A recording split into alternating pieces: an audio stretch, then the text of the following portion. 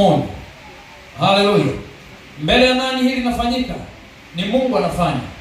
Ni Mungu alichukua ubavu na ni Mungu aliyounganisha.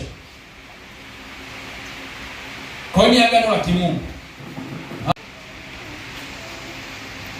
Kitabu cha Mithali sura ya 2 mstari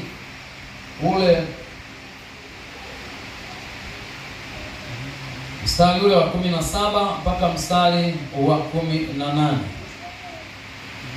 Mithali sura ya 2 mstari wa 17 mpaka wa 18.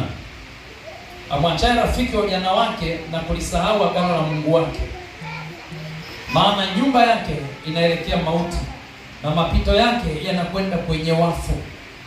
Anayelisahau agano, mwenye amwachaye rafiki wa ujana wake. Sasa pale juu ukiona wameanza kutaja pokea hekima, pokea maagizo, pokea mafundisho, kwa sababu watu waovu wamekataa